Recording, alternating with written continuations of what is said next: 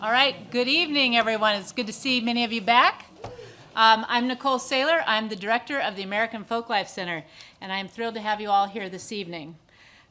We have a wonderful program called Black Banjo Renaissance, Reflections on the Future. Earlier today, we had a chance to learn from musicians, scholars, instrument makers who are leading the Black Banjo Renaissance. Tonight, we will hear from the incomparable Rhiannon Giddens, who in a 2024 Facebook post coined the term Black Banjo Renaissance. Giddens will be interviewed by the wonderful Dr. Allie Martin, who is an ethnomusicologist and assistant professor of music at Dartmouth College. After a short break, we'll then hear from Demeanor. He'll give us a concert performance highlighting the contemporary ways that he is keeping Black banjo music alive. This is all to say that it's going to be a terrific evening, so get ready.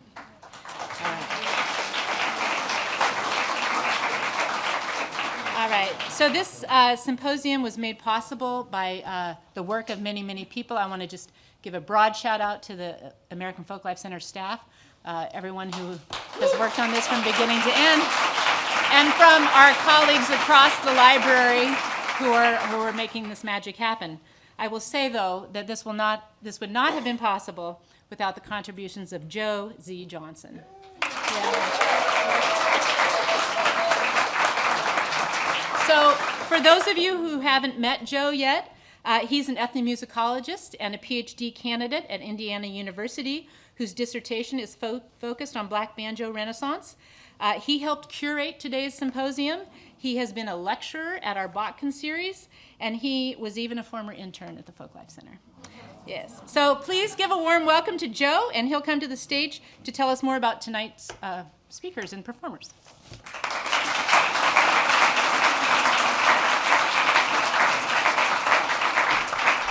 Thank you, Nicole.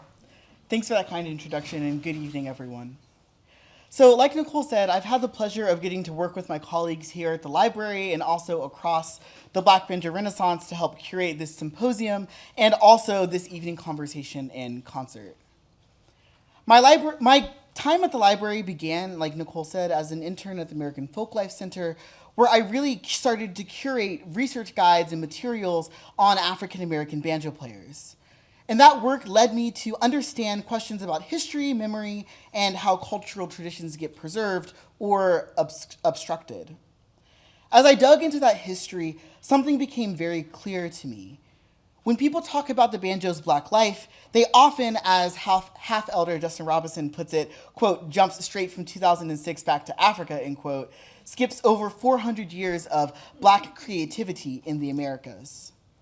Historical research by people like Christina Gaddy, Laurent Dubois, Dina Epstein, C.C. Conway, and others have shown, and as we've talked about today, that the banjo has emerged in the Caribbean as a diasporic innovation by African American enslaved Africans in the United States and North America.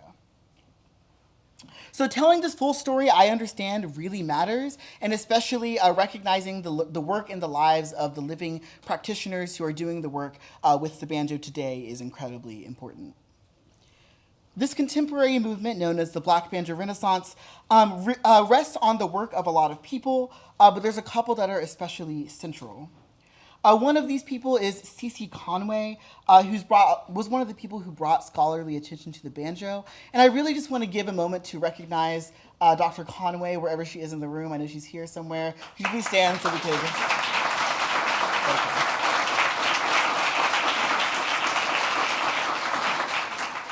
In addition to C.C.'s work bringing scholarly attention to the banjo, as well as Scott Odell, Tony Thomas was another elder who was unable to make it today, who recognized the need for spaces to address both the banjo's Black history and the difficulty of discussing it, to build an online community that in 2005, with Sule Greg Wilson and also Rhiannon Giddens and a number of other people, they put together the first Black banjo gathering at App State in Boone, North Carolina. In my research, I often point to the Black Banjo gathering in 2005 as the starting point for the Black Banjo Renaissance, which is this ongoing movement of Black banjo players, instrument makers, scholars, dancers, and organizers reclaiming and claiming and creating new histories and futures for the banjo in Black hands. And today's symposium reflected that continued growth in the movement. And I just want to say thank you again to everybody who came and spoke earlier today. Please.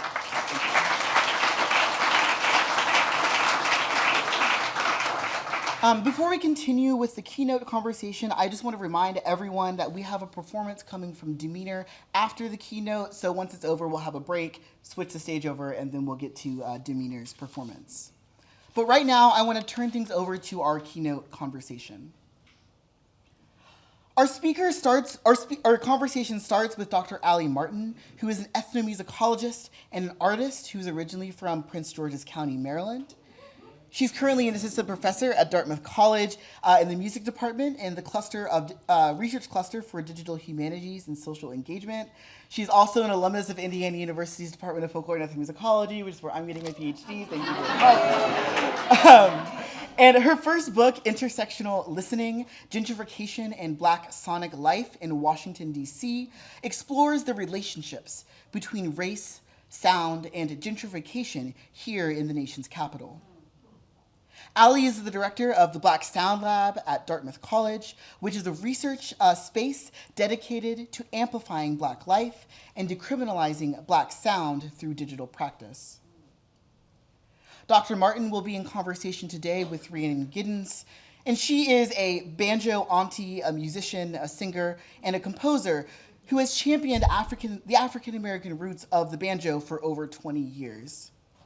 Her multiple Grammy-winning MacArthur Genius Grant recipient, and also being a Pulitzer Prize winner, she has composed operas, ballets, films, and centers her work on lifting up the contributions of African-descended people to American musical history that have often been overlooked and erased.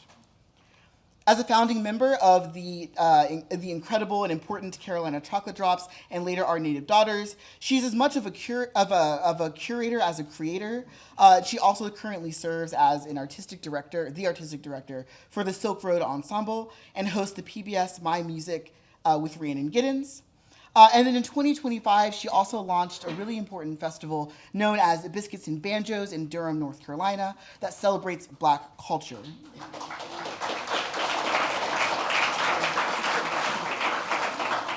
This year, in 2026, she expanded that initiative to the Biscuits and Banjos Foundation, which is a permanent home for her mission-driven work to uplift Black musical heritage and communities that carry that forward. Tonight's conversation ultimately asks us what it means to work with the sound that carries the weight of history. Our archives hold voices, songs, and stories of our ancestors who were recorded, collected, and preserved under deeply unequal conditions of power. So who has the right to sample, reinterpret that material, and what obligations come when entering the archives at all? Dr. Martin and Rhiannon will talk this evening about how they navigate this terrain, the space between creative freedom and responsibility to communities whose work lives within the collections, what it means to be in conversation with one's ancestors rather than in extraction from them. And they will also talk candidly about some harder material, recordings that hold trauma, contested histories, sounds being repurposed, and how they decide to work through or with those materials and what to leave alone. They'll reflect on their archive itself as a collaborator, which I'm sure Dr. Martin will get into in her opening talk, and I'm looking forward to this rich and layered conversation, and I couldn't think of two people that'll be better to have it. So please join me in welcoming Dr. Allie Martin and Rhiannon Giddens to the stage.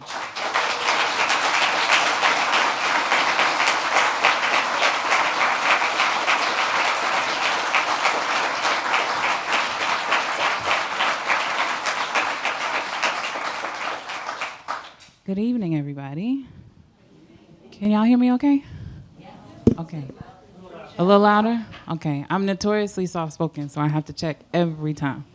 So if you can't hear me, please let me know. I'm really excited to be here at the Black Banjo Symposium. I'm excited to be back home. I'm from PG County. Shout out to PG County. And excited to be back at the Library of Congress and in conversation with Rhiannon Giddens. So what I thought I would do is just to introduce my work a little bit, to situate us and ground us in this conversation, because I do not play banjo.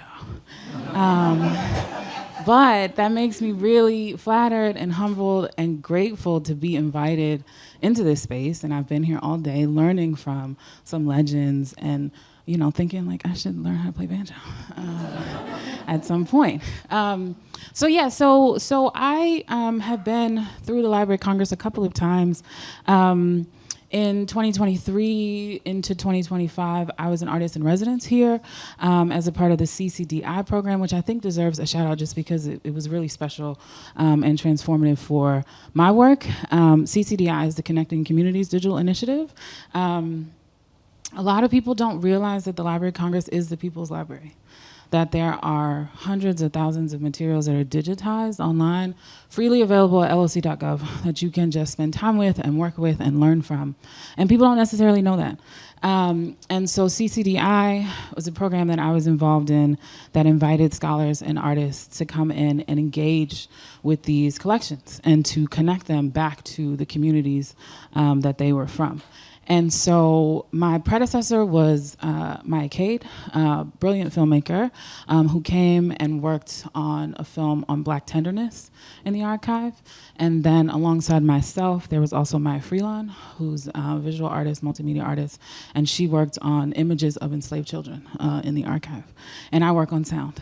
And so when I came, I worked on a few different collections, and my pitch to the library was that I would sample them. I would sample these archival collections and make soundscape compositions out of them, make something new from them, all the while thinking about how we could sample Black life more ethically, more intentionally.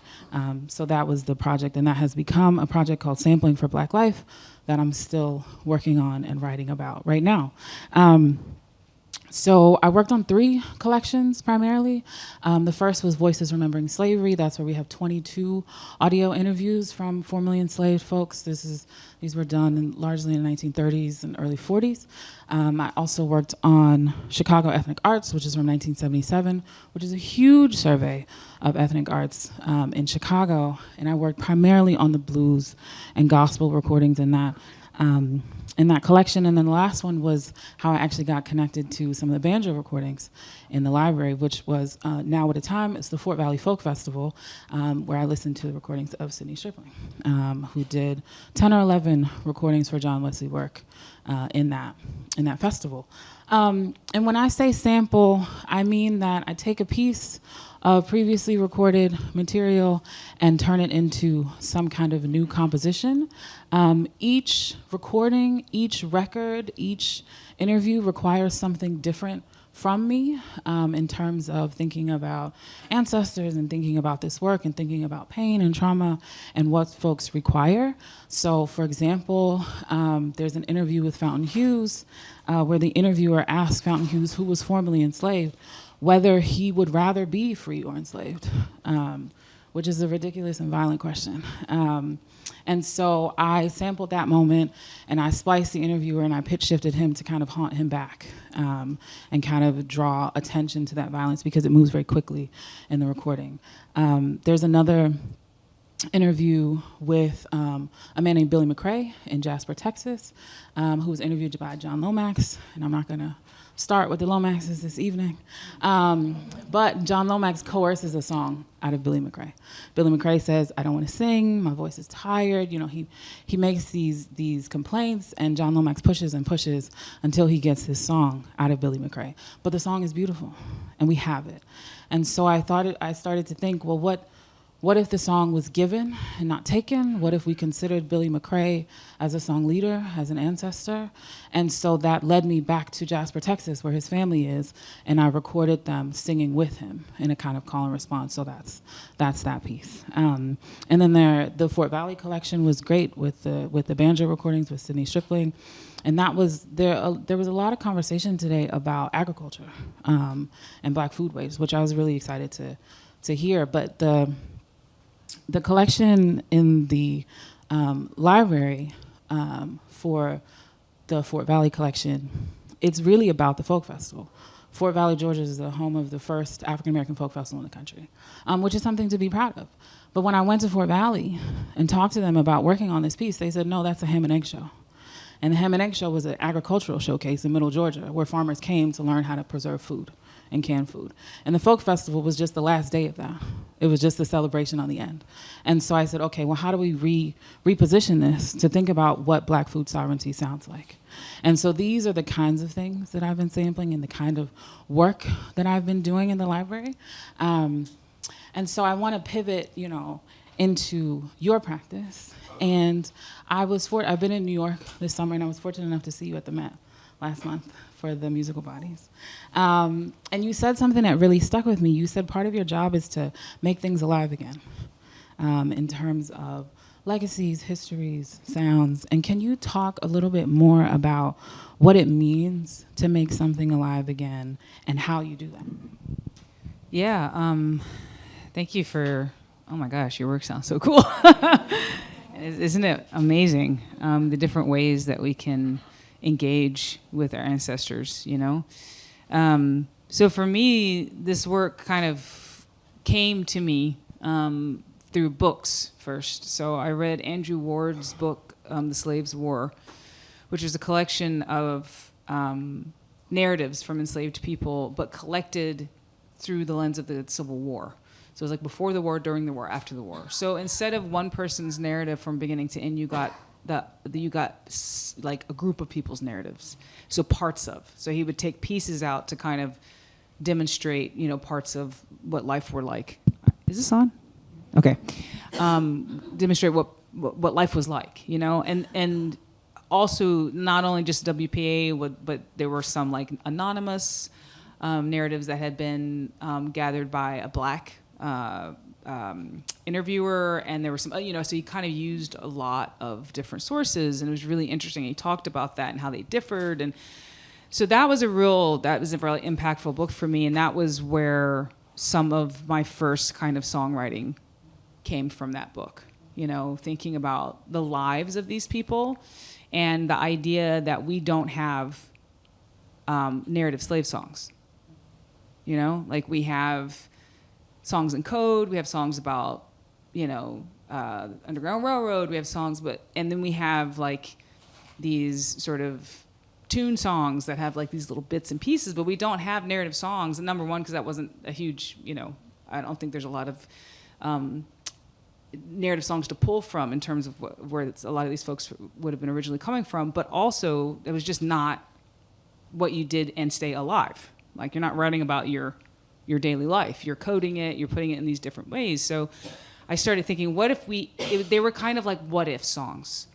So like reimagined narrative songs about slavery, What if we had like a ballad tradition in that way? Like, so that's kind of where it came from. And that book sort of was the beginning of thinking about using like original sources, thinking about using the archives, obviously that was a secondary source. So I hadn't done any, I had to start there, so that was somebody else's collation, that was somebody else's curation of these voices, and then the contextualization of it. And so that was a great way to start.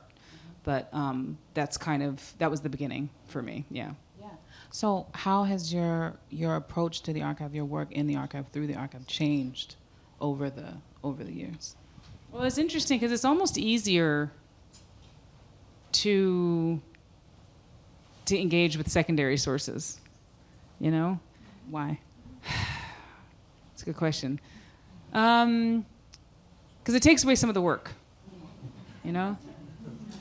takes away some of that load so that then you can put it into the song.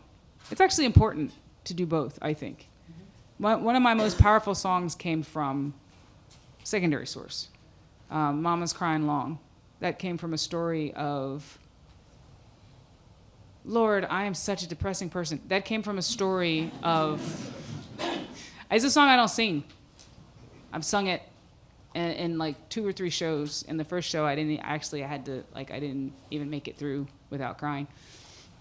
It was a story that was told, I think it was in The Slave's War, it was in one of these books that I was reading at the time, of a woman who had been repeatedly assaulted by the overseer, and one night had snapped and killed him and hid the knife in her cabin. And nobody knew what had happened, and then her son had made up a little rhyme about the blood staining her petticoat. And they knew from that, and then they lynched her. And I just became that kid. And I sang a kid's song. So it's Mama's crying long and she won't come down. Mama's crying long and she won't come down. Mama's, you're right. And I know it was a kid's song because my son was obsessed with that song. When he was very young. He didn't know what it was about, but he would walk around going, Mama's crying. I was like, oh my God, what have I done? But like, I don't know if I could have born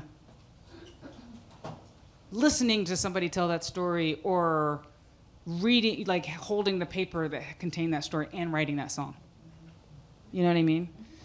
So what I'm finding is that there's a lot of different ways into these stories, but you eventually have to go to the archives. I don't think you can do this work without touch. But again, like, you know, probably my most well-known song was from an ad for a person, and this is a story I've told many times. It was about the woman who was for sale, and she has with her a 9-month-old baby who was at the purchaser's option. And that phraseology, you know, really struck me, and I wrote at the purchaser's option from her point of view, thinking, you know, it triggered me into thinking, what was this woman's life like? You know, those words were, you know, at the purchaser's options, 4 words, but like the magnitude was huge. But I saw that online. I was just like looking through, you know, ads, because I'd seen one and I was like, this is insane. They're like used car ads. This is crazy, you know? But I was just looking them up online, you know, because that's you know, I didn't have time to take time off my tour and go to the library. You know, that's the good part of technology. But it also is detached from anything. It's pixels.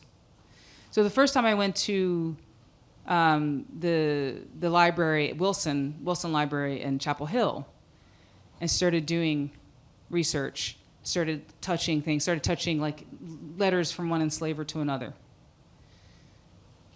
It was like, it's less a specific story and more of a, oh, this is every day.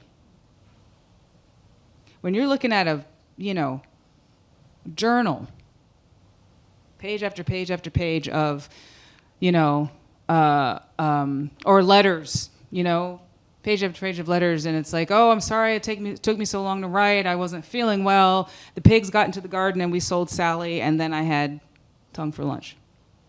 Right? Like, you're looking for we sold Sally, but it's within the most mind-numbing pile of everyday crap that we all go through, and all of a sudden these people are real. They're not monsters. You know? They're not monsters, and that's the scary thing, right? They're just regular people. You know, sorry, I had a little wine before we started. So, but that's the importance of these sources, you know, being protected. But you have to be really careful. So, like, they had pulled some stuff for me, you know, and I went into the room and I opened it up, and there was a sales slip. I had to leave. It was like, you know, like I saw the ads on the screen. It's a different thing. When you like look at that sales slip, not even nobody related to me or nothing like that. Just a person, a receipt for a person, like the paper. So like that's a song in the back of my brain. It takes longer because it's too much. You know? It's too much. So it's like, doing that work, though, I think is very, very important. And, you know, I'm just going to keep creating from it. So I'm creating from both sources. Like, you know, my opera Omar starts with Cordamonti, which is one of the lines that Mr. Baptiste, you know, transcribed for Hans Sloane, but that's available online. Even before me and Christina put it in our book, I got it from the musical passage, you know. It's important for this stuff to be accessible. You know, if you don't have the time or the ability to go into the library, you know, and access these things for yourself, for your own, that's the next best thing. Yeah. So I really believe in that. But also, if you have the opportunity, you know, it is, because I always said for years, like, I don't need to touch this stuff. I don't want to touch this stuff. I'm fine. Yeah. But then I got these opportunities, and I was like, well, I better go touch some stuff. And then I was like, oh, I'm touching this stuff. You know. Are there parts of the archive that you won't work with, that you are avoiding, or it's like a not yet, or you're like an absolutely not, never?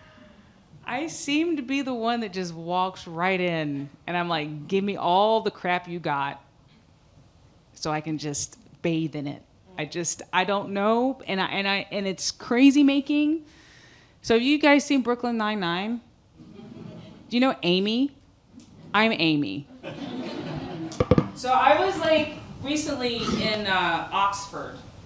So I'm doing this thing. There's a new performing arts thing complex there, and so they're like inviting folks to come in who also are kind of active. You know, maybe like they're doing research or whatever. So I said I want to do research on blackface minstrelsy because obviously there's this huge connection between the States and in England.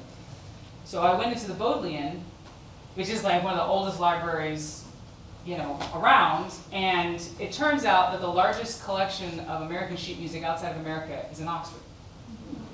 This one guy who lived in Chicago, like, was an obsessive collector his whole life, and then he was on terrible terms with everybody here, so he donated it all to Oxford.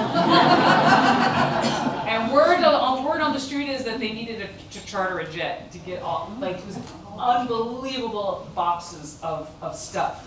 And all of the English stuff has been digitized, but the American stuff is still sitting there in boxes. And his own arcane system of, so it hasn't been digitized, it hasn't been, what is it called when you're transcribed? Not just transcribed, but just even notes, just like listed. Cataloged, right? So I was like, well, I want to check out the minstrel music because I'm a glutton for punishment. How many boxes do you want? Oh my God. Right? So for 4 days, I said, well, somebody's got to catalog this music. So I started cataloging the music. So I touched every piece of sheet music in those boxes. And I just did, you know, the composer, the people, the publisher, where it was published, page after page after page, right? And I only got to G. But I was also taking pictures. And so what I did, this is where Amy comes in, is that I printed out a selection of covers of sheet music, put them in a binder, right? Because it's like, this is what I was touching. Yeah, this is what I was touching. And when you kind of look at this, this is specifically coon songs. Sorry, but just this is what it is. From the 1880s to the 1920s, they go pretty late, and you see when they change. There's all of these things that you learn. Like, this is hundreds and hundreds of songs. I cataloged about 900 songs, and I still have boxes to go. But it's like when you see these pictures, and you're just turning page after page, and you're reading these songs. They're all horrible, you know, versions of terrible, you know, this kind of stuff here. Right? Sorry. You don't want to see it, but there it is. This is, I mean, there's 100 things in here. And that's just a selection. I just chose, right? I still have like 4 boxes to go. So, but the importance of it is, these are, you think you know how bad it was. You think you know. Like I've been reading about minstrelsy for years, right? I've read the books. I'm reading, you know, getting ready to go through Darkology, you know, and I know how long it lasted, and I've seen the black and white minstrel show on the BBC till 1978 or whatever. Seen all this stuff, but when you're looking through boxes of sheet music that was meant to sit on the pianos in parlors all across America. Right? This is for the amateur musician. And I know because they have professional song sheets sometimes also in here, and they're normal size, no pictures, and it says do not sell. That's for the pros who are on stage with these songs. These are specifically for the average amateur American. Specifically. And that is knowledge that I'm not going to get, looking through them digitally, right? Digitally doesn't mean the same thing. And I printed these out on really nice paper.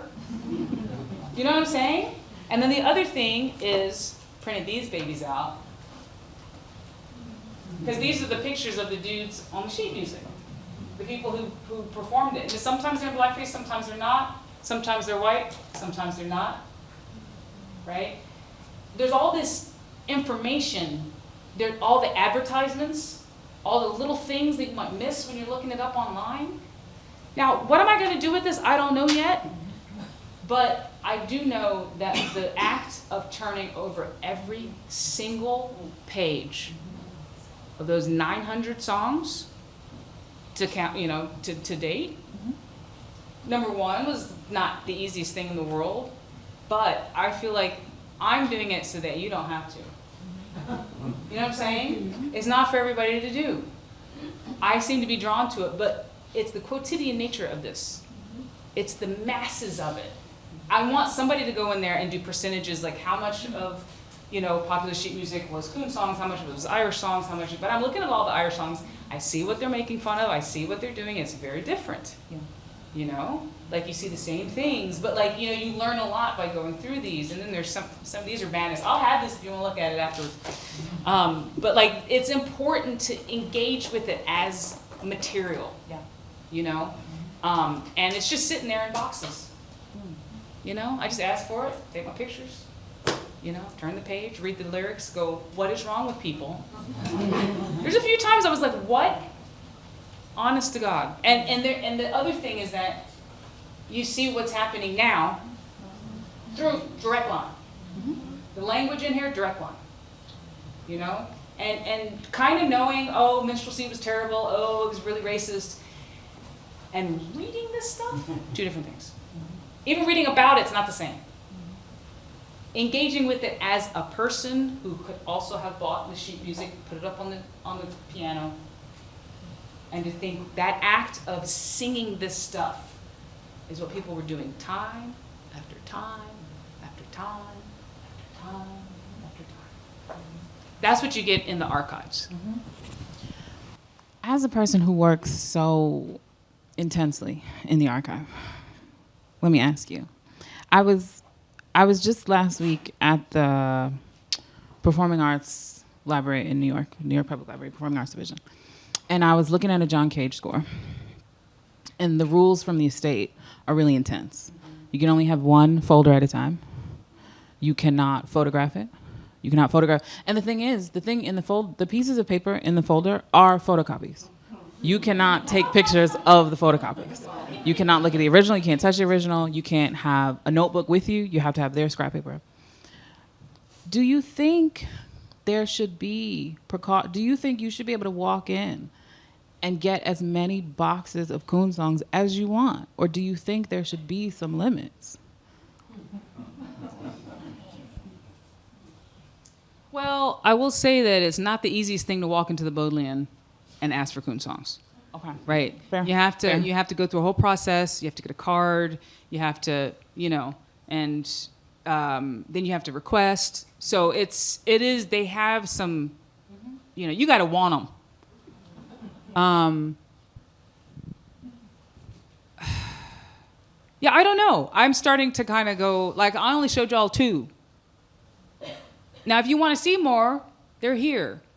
But I've realized, I forget because I'm deep in it, and I've been like, look at this to some people, and they're just rightfully horrified, and I'm like, I'm really sorry that I traumatized you. I did not mean to do that because I forget, that this stuff is, and it's rightfully, terrible, but it's just important to have access to it. Yeah. I think it's important. And I know the lady who wrote Darkology, like she was saying a lot of the stuff that she was looking for was kind of hidden away, and I think that that's not good. Right. I think it's not good. I think it needs to be accessible. It needs to be safeguarded, which is why I think archivists are the unsung heroes Yes. of history because, number one, something that's misshelved is lost forever, right? And number two, those folks, anyone that I've worked with, and I've now done this 3 times, has always been just so super careful, diligent, incredible, and it just takes so much work to keep these things safe. Because if people would rather these burn, for various reasons, because they're horrible, but if they burn, then how do we know, right? How do we see the patterns?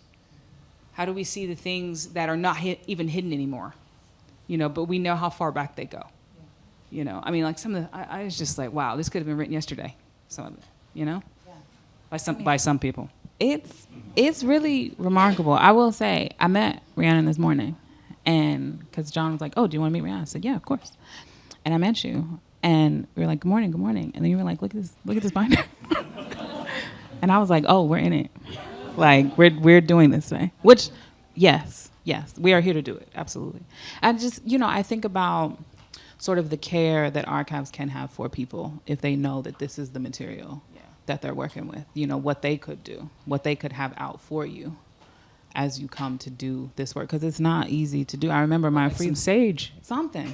No, for real. I remember my freelon coming to look at the images of enslaved children and being like, no.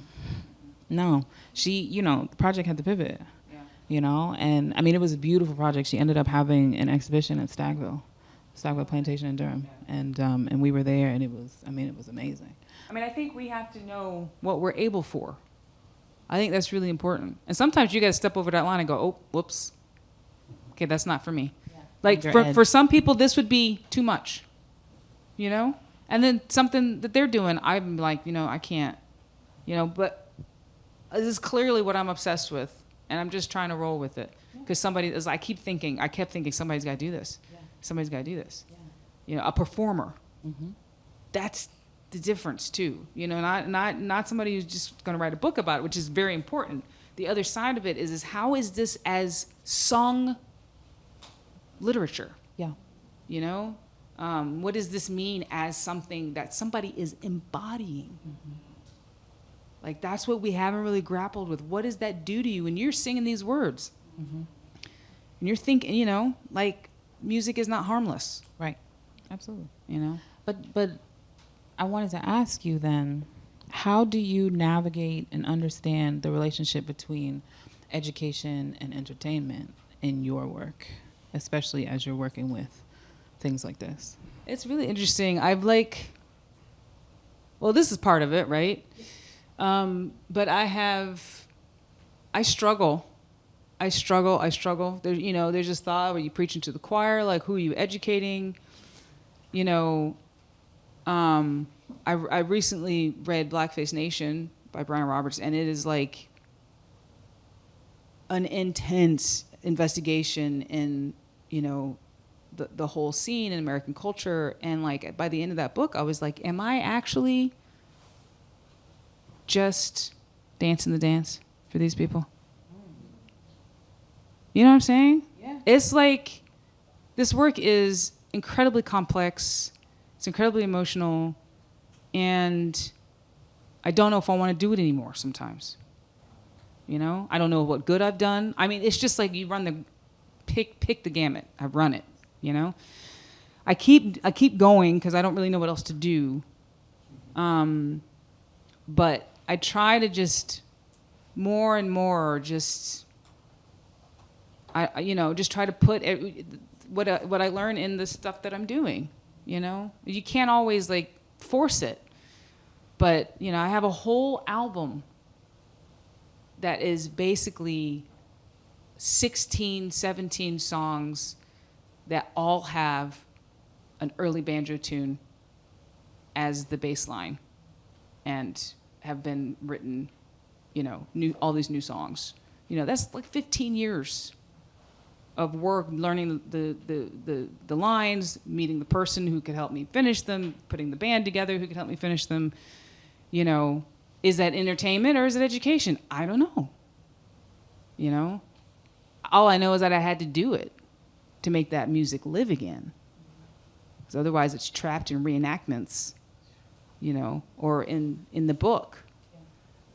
So I don't really know.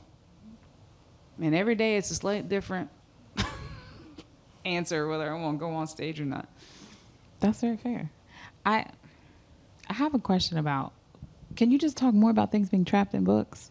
I mean, I write books, and so I want to know, I want to know more about what that feeling of is being trapped in the, because it's difficult to write about music, and it's difficult to write about sound because it's never enough. It's never adequate. It's never enough, which is how I ended up doing things like this at the library and doing sound installations and always trying to find the thing that feels more real and still right because, we got to keep our jobs. Well, the books are very important. Yeah. But not everybody's going to read the books. I mean, that's just facts, especially nowadays, right? So I feel like we all have our part to play. I can't write most of these books, any of these books. I can read them, I can synthesize them, and then I can create something that even if maybe somebody will go, oh, that's from that, but let me go get that book. Most of the time they won't, or they'll buy it and it'll sit on their bedside, That's just facts. So it's like, but if that book didn't exist, neither would the song, right? Neither would my understanding that leads to a better thing. So I think that it all has to work in concert, and I think you get drawn. So it's like that, and also, if I had never, it takes several, like say for example, like the concert that I just did in at the Museum of Museum of Art in New York to celebrate the new banjo donation.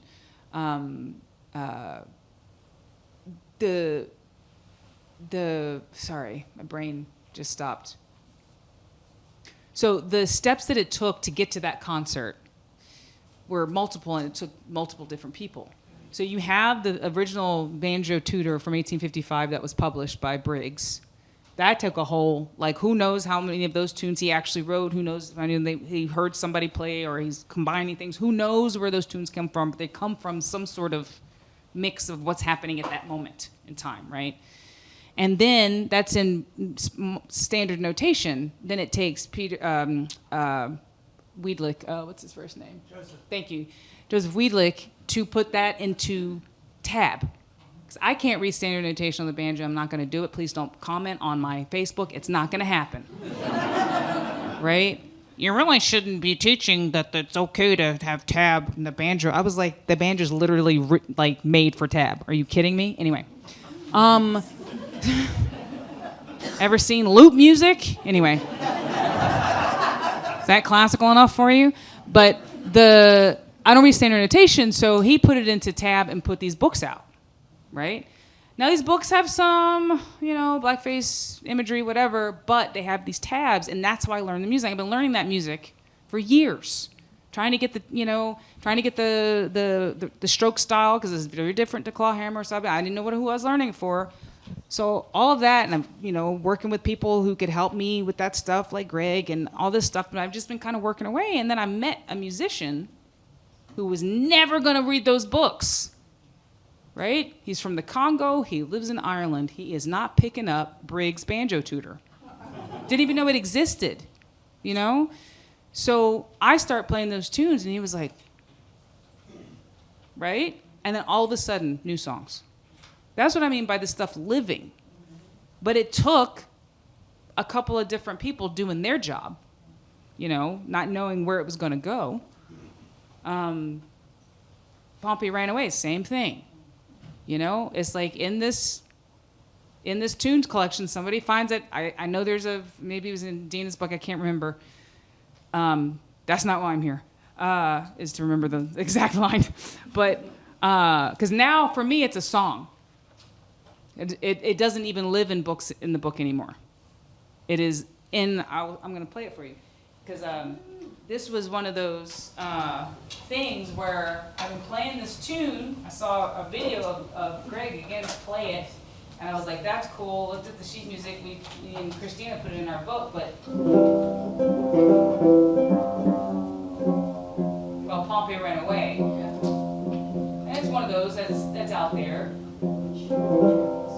This is not about trying to find the thing that nobody knows. I have no interest. I do not care. It's what do we do with it, right? How do we contextualize it? Where do we connect it?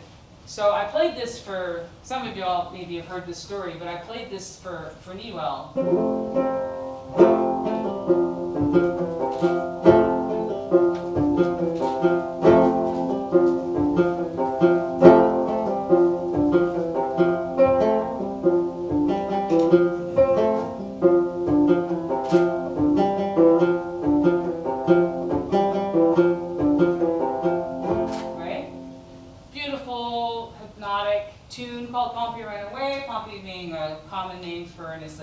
This time is in the late 1700s. It's published in Scotland. It's a whole story. Listed as a Virginia Negro jig or something like that, right? Obviously, there's some something in that tune. I play it for Newell, and he's like, "Oh." I was like, "Oh." That sounds like a song I sang growing up in the, in my family's village. I was like, "Say what? It's coming in." Because that kind of stuff just doesn't happen. You think it's going to happen, and it never does, So he sang this song.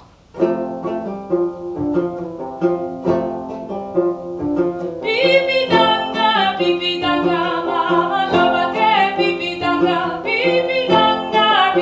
mama loba ke, bibi danga, gaina bima ke, bibi danga, badinga yunga e, bibi danga, bateki singa, bibi danga, la mama kaba baya, bibi danga.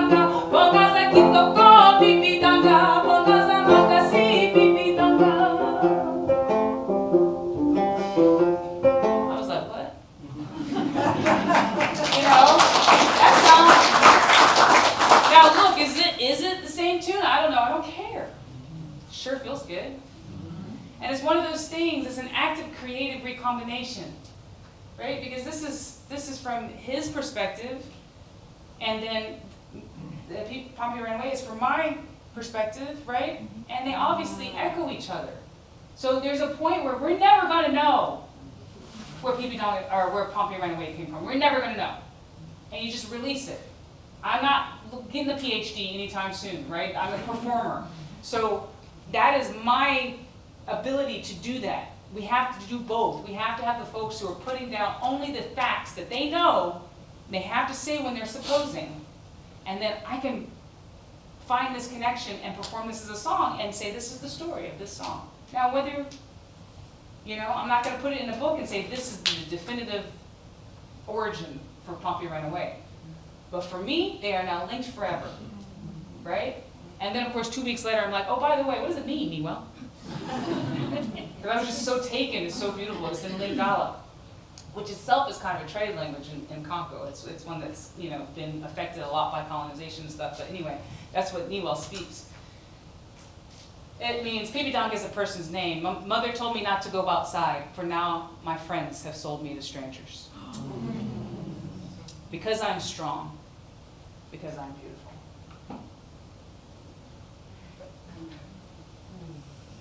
That's it. Not only is this a beautiful song that resonates with this banjo tune on this particular banjo, it is also a song of slavery from the other side of the ocean. What? If I had never learned that tune, if whoever hadn't plucked it out of that whatever thing from Scotland, if Greg hadn't said, I'm going to put this online and play it online, right? All of those were important steps that lead from the archive to the song. Everybody had to do their job. And then I had to go, hey, Newell, what do you think of this music? I'm going to sing it one more time now that we know what it means.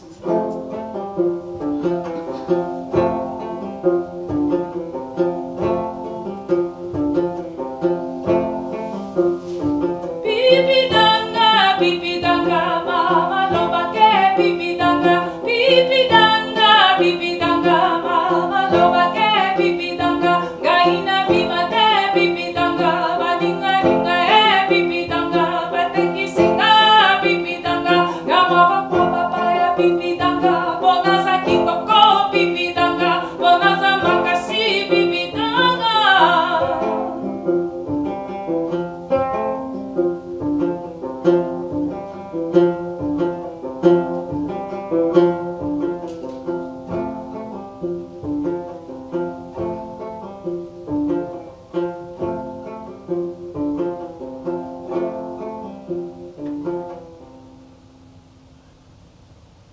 And I now sing that song for me.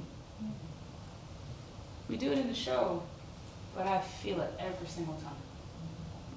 You know, and whatever you want to call it. And that's why I do this work now. You know, I'm playing that for me and my people and my history. And there happens to be people in the audience listening to it. You know, so I'm grateful. You know, it was worth all of that runway to get there. You know, so all of a sudden it becomes it's a bigger thing. I want to put it in the book. I want other people to learn it. I want people to sing it. You know, I want part of our American Songbook to be in Lingala. You know, because it was. Yeah. Was there a particular shift in your practice when you shifted to feeling like you're singing for yourself? Yeah, it was when I started. It was when I started working with Newell.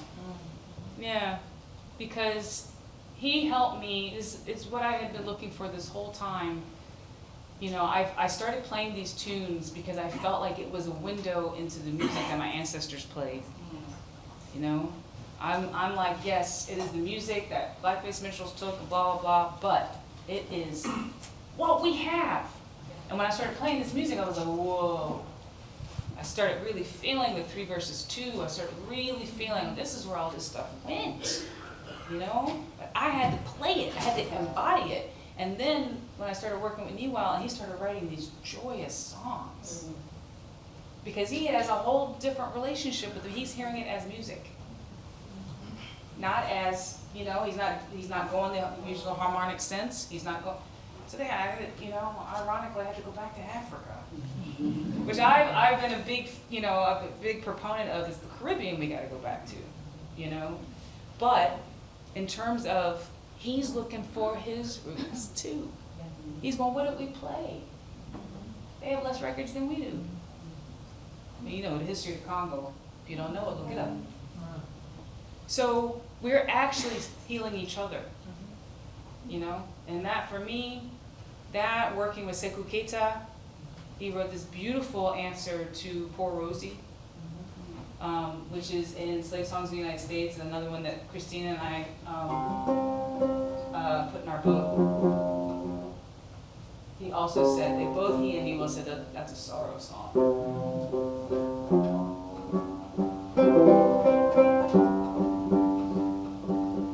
Got time to sing this? Can I sing this? Is that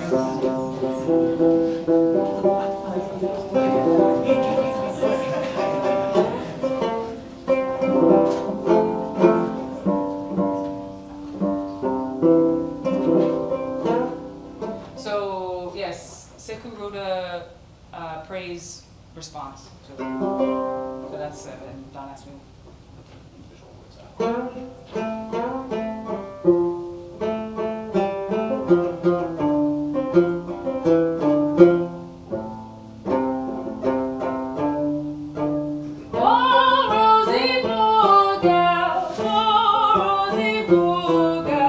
Rosie, break my poor heart, heaven shall be my home.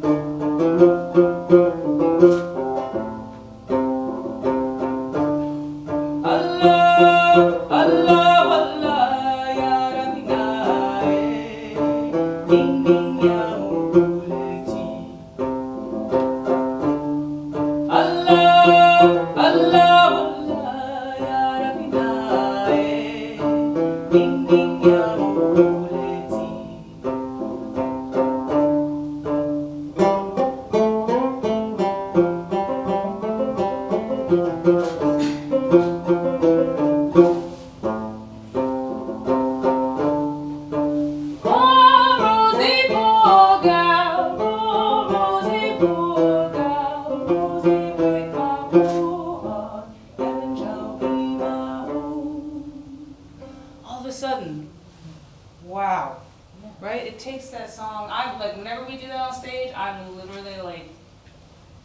Right. You know, and it's like, that's the only way I can continue to do this work, if I feel like I'm being healed on stage as we go. Because like, I almost quit. You know, I was like having nervous breakdowns. And this was like the creator's way of saying, keep going, here I'm. You know, here's what you need for this next phase. You know, but it all starts in the archives. You know, but it has to make the leap embodied so that it can then be exposed to somebody else who can then complete the loop. You know? I think we're gonna open it up to audience Q&A. Joe is gonna Yeah, sure, I can. moderate. Yeah, we're taking some Q&A. We have about 10 minutes. We did start a little bit late. Do we have any questions for the duo?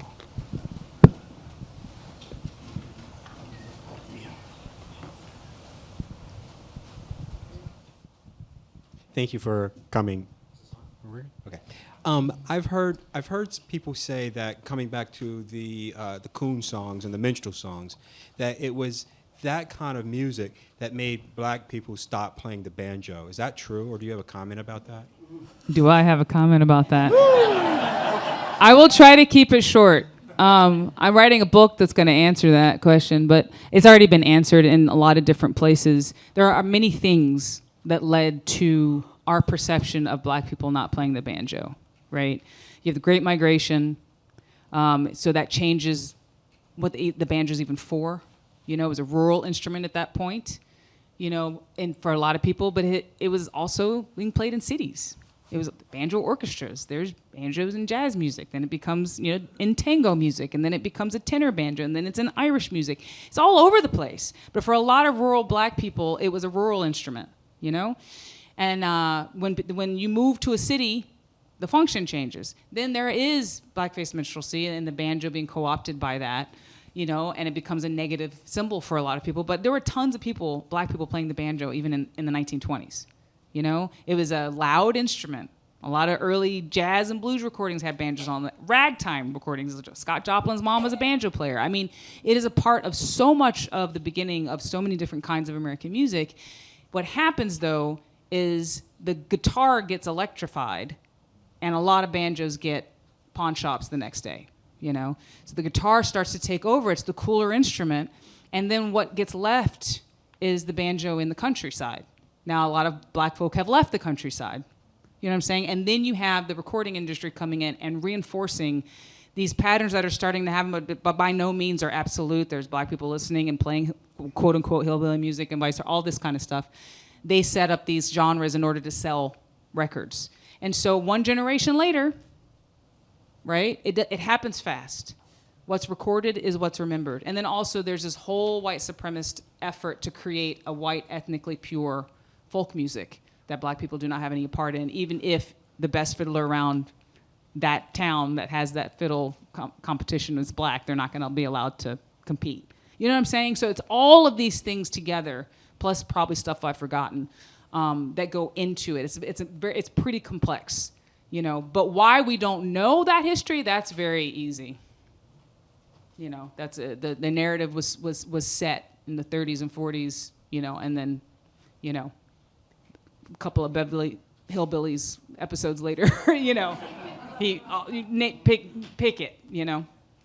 But yeah, that is a common. It is a common thing, but you can't blame it just on that. Great, more questions? Staying with that same theme, I've done some research learning about the coon songs, and there were blacks that wrote coon songs. And what I found real interesting is some of them, say like George Walker of Williams and Walker, actually published an article indicating that some of the reasons why they were doing that was that they understood that they kind of almost had to elevate themselves through a level of performance to get to a point where, you know, the Johnson brothers as well, Bob Cole. So that's, to me, really interesting that they knew they had to do something that maybe was, you know, debasing, but they had a goal of uplift that they could still reach through even that. And I think that's commendable. And it's published information, even constitutions that they. Yeah, it was very complicated because even within the Black entertainment community, there was disagreement on blackface. There were people who were saying we need to put this away. There were people who were saying, like Burt Williams, for him, it was his art form. He studied commedia dell'arte in Europe. You know, he was a brilliant comedian, and he wore black gloves, blackface when he performed. That was his thing, you know. Will Marion Cook, you know, he was a classical violinist, but he, you know, him and the Johnson brothers, like in that whole cohort before Shuffle Along, you know, this is Abyssinia and this is, you know, Into Homie on Black Broadway, you know, they were like, this is our art form, you know. Williams and Walker also were hired by the expo, the World's Fair, when the actual native Africans were absent for the African village. They were hired to play Africans. You know what I'm saying? I get it, but it's also, Ernest Hogan wrote, "All coons look alike to me." He said later that he regretted it, but he showed cashed that check. Look, I'm not, you know what I'm saying? And this is not to throw shade on people with not a lot of choice, you know? So it is to say that it is complicated. And there were multiple levels and multiple layers of how much you bought into that, you know, according to who you were. So there was by no means, there was not a homogenous, you know, thought behind it. Like Ada Overton Walker was an incredibly articulate, you know, and her thoughts on entertainment, you know, she did these shows as well. So like for a lot of them, it was seen as this is what we got. So we're gonna make it as good as we can, you know? And I get that. It doesn't make it any easier to see them in some of these pictures. But they still reached a level that left that behind. They rose above that, even though it may not have been understood by the audiences. You know, and that's. Yeah, but none of us were there, you know? And so you have to just be, you know, I hear what you're saying, and I don't disagree, but it's just, I don't think I can't commend or not commend. I can just try to understand the choices that they had. Thank you. You know? Thank you. Yeah. All right, a couple more questions. We have CC. Will you tell us again the translation for The Pompey Ran Away? Mother told me not to go outside. For now, I have been sold. My friends have sold me to strangers. Said what? My friends have sold me to strangers because I am strong, because I am beautiful. Thank you. And what's interesting is that is a very common song, and two of his relatives were in the audience for one of the shows, and it's done much more up-tempo. You know, Yeah. and they were like, we've never thought about the words before. So interesting, right? So we're all doing something for each other. We're all like totally turning what the, like Pompey Ran Away is totally turned for me, and now Pee Pee Donga is totally turned for these guys too, which is to me the magic of reaching outside and working with people, you know, outside of your immediate group, you know? Was there another? We have, maybe one or two more questions. We have one down here, and then let's get in the back. Hi, so you were explaining how you understand why a lot of that music was made, especially by Black people when it came to minstrel music, and do you extend that same understanding to what's happening in current music, modern music today, with there being a double side with black people having a problem with a lot of the music that's being, you know, emphasized in mainstream in terms of the lyrics that it's talking about and how it's damaging to our community. And then you also have the Black people who are just like, well, this is a part of who we are. This represents us. Do you kind of see that same similarity in the comparison that this brother just pointed out? Because there was a recent conversation online that happened with India Ari defending something about how this music is been powerfully damaging to our communities for the longest time. And then the other side of that argument is just saying that, well, this represents the reality of who we are and what we're dealing with. So I just wanted to know if that was something that you see in happening today, and that's why you understand why it happened then. So For one thing, I don't know if I'm the best person to answer this question, but I'm gonna do my best because I don't listen to a lot of modern music. But me and my nephew have had a lot of conversations about this. And first of all, I want to say that as much as it does seem very similar, our situations are different now and then. The options that we have are more. We do have more options. We have more control. We have more options open to us. Back in the day, it was like there weren't a lot of options. There weren't as many options, right? So I just want to say that first off. Second off, I want to say that the more I dig into this, the more I go, how much of this that we have taken into ourselves as part of our culture is actually part of our culture, and how much of this was created for commercial consumption, and we have absorbed it into our culture. That's my question, because when I look at these songs, a lot of this stuff, I'm like, wow, that could be in a modern, you know what I'm saying? And I'm like, I'm all about standing on culture. And I'm all about standing on the real life that's happening for some of these young folk that I know from my nephew, that I know about talking, you know, like, I think there's two different things. I think there's the actual story and history of hip hop and how it is, and it's supposed to be, I think, an art form of subversion, an art form of revolution, an art form of resistance, and an art form that says, this is my truth, this is the life that I live on these streets. And a commercialized version that is consumed by mass culture. I think they're two different things. But I'm not an expert. I'm not an expert on anything, to be honest, but that's probably what I know the least about. But looking at the through line, that would be my question. If I wanted to investigate that as a thing, would be, I wish we talked a little bit more about this creation that has been part of our culture ever since the beginning. You know. Can I just?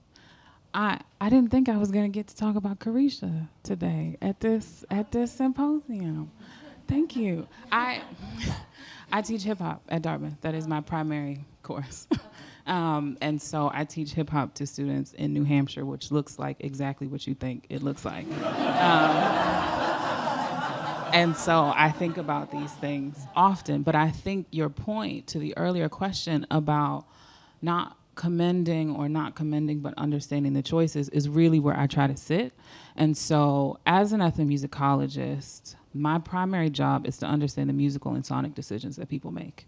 That's my primary job. And so that's what I try to do with my students, is to understand, because, you know, we have to start from the South Bronx in late 60s, early 70s, and I have to try to get them as close to today as I can. And they're coming in with very little context. And I'm like, well, here's Robert Moses and the Cross Bronx Expressway. Like, we have to start from some grounding so that when we get to India Ari and Carisha, we have some grounding.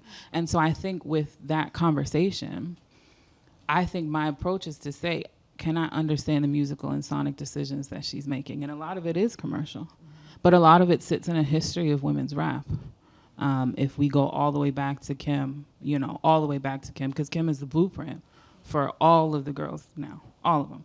And so, but then we can also say a lot of this is about how people think about Carisha post Diddy. You know, if it wasn't, I know this is not a Carisha moment, but I think what I'm saying is I try to outline as much of the context of the conversation as I can. And I think that's the through line. It's like, can we understand what options they had? Yes. Can we understand why they made that choice? Why somebody else might have made another choice? Why somebody critiqued this choice? Yep. And so it's like, if I can understand the history of neo soul, which was a commercial thing. Neo soul was a term made to brand a genre of music. And so it's like, if I can understand that as not a pure thing, and I can understand the history of women's rap and women's sexual politics, then maybe I can start to complicate this conversation, right? And so I think it's just about laying out as much of that history for them as I can, and I think that's true in both. I mean, I think knowledge is important regardless, because the knowledge creates intention. You know, because then it's just like, oh, if this is your intention, cool. My issue is it? You know, just know what the intention is. You know, and that's what I would hope for all of us when we make something, make it because you intend it to be that way, not just, you know, whatever. And I think it's like, can you be okay if that is the intention?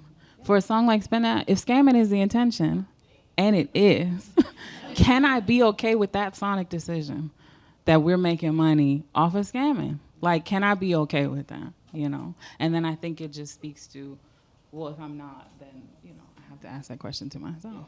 And I think it's okay to be okay with scamming. I think it's okay to not be okay with scamming. Alrighty. So I know we have one more question really quickly. It's already, she already has the microphone, I believe. And then we will have to wrap up our Q&A. Hi, can y'all hear me? Okay, thank you. My name is Iman, but I wanted to know, for any form of, like, as arts or as archivists, when you come across painful or disturbing content, I'm just thinking about, as a kid, when I, like, for an example, showing Emmett Till's face, I was, like, having nightmares of that in, like, middle school, but I don't regret not being shown it. It's just, okay, this, this atrocity happened, or seeing like series of atrocities happen, and I'm like, this happened, this event, but what is a way to approach very, I suppose, psychologically harming history or occurrences in a way that doesn't deteriorate the archivist and the community, and in the sense of, like, because it's important to remember what people are capable of, but then it's also, how do you make people, instead of getting stuck on the action, like, want to heal from this and want to prevent things from this, like, happening again, or to prevent humanity from being its worst? How do you all protect yourselves and protect your audience? That's a really good set of questions. And it's something I've been thinking about as I make work from these really difficult stories. It's a thing I thought about with Omar, you know, which is a very difficult story, and it hits different people in the audience differently according to their lived experience. And watching how some people just pop up at the intermission and go get a drink, and some people are sitting there like, right? How do we take care of our audiences? How do we take care of each other when we have pretty much gotten rid of all of our rights of sacredness as a culture? Whatever you do in your church is what you do in your church. I mean, as a culture, as a mainstream culture, we don't have rights of community anymore. You know, if we ever did, you know, we don't sing together, we don't dance together, we don't, you know, even within our smaller communities, a lot of those are gone. You know, so that, I think, is that's where music really is really important. You know, I think music, art, anything that's using our creative senses to create emotional cushions. You know, the idea of going into these things prepared, the idea of what am I going to do after this? You know, who am I going to hug after this? Am I going to have if I'm taking my child in to see this, like, how are we going to walk away? You know, I went to the museum in Tulsa, right? Black Wall Street, because I took a Silk Road there for the Smithsonian Around the Country thing for Juneteenth, and, like, I couldn't do it, but there was, you know, it's a beautiful exhibit, but there's no warning that you're going to walk around and see an entire screen full of, like, Klansmen with burning brands, like, thrown, you know what I mean, like. I had to leave, you know? And I'm like, what is this for? What is this for? And I'm not trying to cast shade on the museum. I mean, it's a beautiful museum, but it's like, is it to re-traumatize people? Is it to educate people? Like, so we have to think about all of these things. I mean, I think that the museum here, you know, does a really beautiful job of, like, you know, there was a lot of thought going on. I think that's one of the places that does it really well.